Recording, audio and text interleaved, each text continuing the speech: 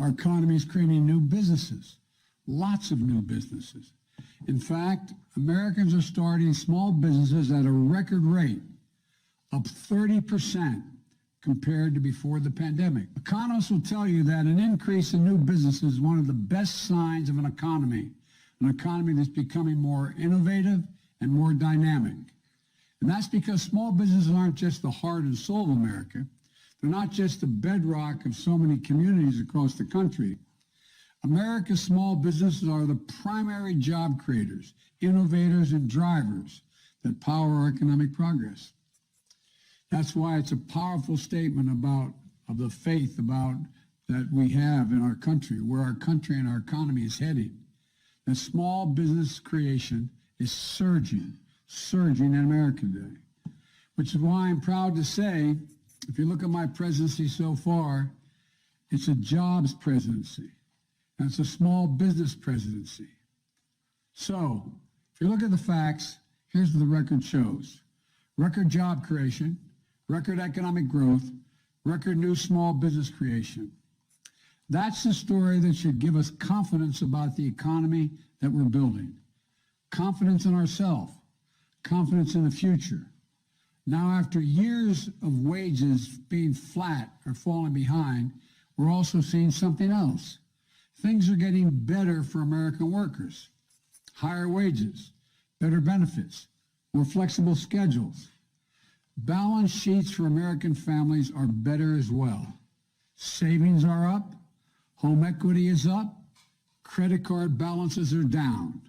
And if you continue and combine the wage increases we've seen with the direct relief my administration has provided to middle-class families, the typical middle-class family's disposable income has actually gone up 2% this year, even after accounting for higher prices. That's the kind of recovery, just 1 year after a crippling worldwide economic crisis, that's unprecedented. And it takes us, it makes us stand out from the rest of the world. America is the only major economy, the only one in the world where the economy is bigger today and families have more money in their pockets today than before the pandemic hit. That's even after accounting for inflation. None of our competitors internationally can say that. None.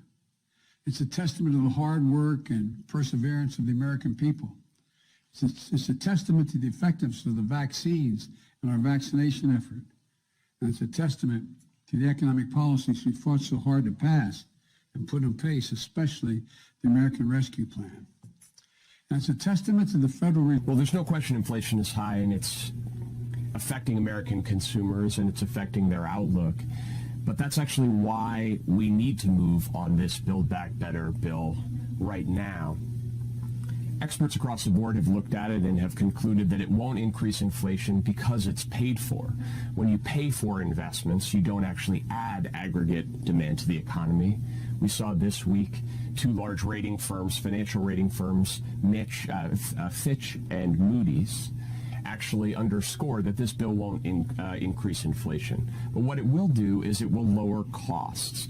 Brett, this bill is going to be the biggest cost-cutting bill for working class and American families in decades in this country. And it's going to go at costs that are persistent problems for the American people in their lives. It will lower the cost of prescription drugs, put a cap on out-of-pocket costs for drugs for seniors, and allow Medicare to finally negotiate prescription drug prices on behalf of American consumers. It will lower the cost of health care, lower the cost of housing as well, and it will get millions of Americans to work by actually addressing the costs that keep them from going to the workplace. We have millions of parents, women in particular, who can't work because they can't afford the cost of child care or to care for an elderly parent. This bill will lower those costs, get people working, and because it's paid for and it won't increase the deficit, we're actually going to do that in a way that keeps the strong momentum in the economy going. Yeah, I mean, you know that there are critics who really have issue with the paid-for part of it. We've heard former Treasury Secretary Larry Summers, who also held the job you now hold with the Obama administration, express real concerns about Democrats not taking inflation seriously and only exacerbating the problem with these bills. But now you have Steve Ratner, senior advisor in the Obama administration, writing this. Build Back Better can be deemed paid for only if one embraces budget gimmicks, like assuming that some of the most important initiatives will be allowed to expire in just a few years. The result, a package that front-loads spending while tax revenues arrive only over a decade. The Committee for a Responsible Federal Budget estimates that the plan would likely add $800 billion or more to the deficit over the next 5 years, exacerbating inflationary pressures. So you're saying Ratner and Summers are both wrong? Well, respectfully, Larry Summers, who has been a critic of a number of the policies of this administration, has actually said that the Build Back Better bill won't increase inflation and makes much needed investments in the economy. And it has been a while in Washington since we've actually done the hard work of paying for a bill over 10 years. But that's exactly what this bill does. It has long-term investments in things like child care, lowering the cost of child care, providing preschool across the country. But then it pays for those by doing long-term reforms to our tax system. For example, we would put a 15% minimum tax for the largest corporations to avoid what happens today, which is that large, very profitable companies end up paying zero in taxes. That's a permanent reform to the tax system that will generate more revenue for the long term. And so when you look at the impact of those policies in the aggregate, it would reduce the deficit by about $112 billion this decade. Actually, over the long term, which is where, if you really care about the fiscal soundness of this country, you should be looking at the long term. In the second decade, this bill would reduce the deficit by more than $2 trillion. So this bill, unlike what has happened in Washington over the last several years, is actually doing the hard work of paying for proposals over the long term. It is fiscally responsible, and it will cut costs for families almost immediately. Thank you very much, Mr. Leader, Madam Speaker, and this great leadership team. Let me thank all of you for a great job well done.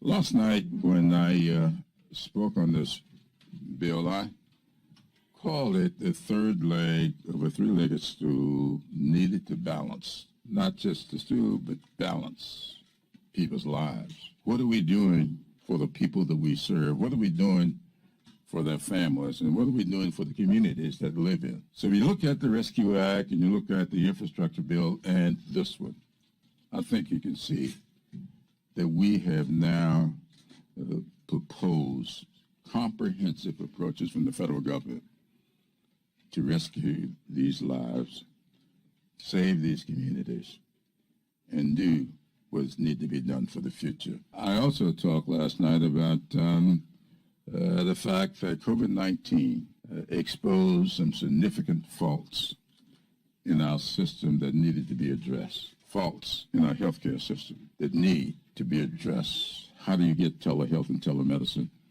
to the rural communities all over the state? That's what the infrastructure bill is all about.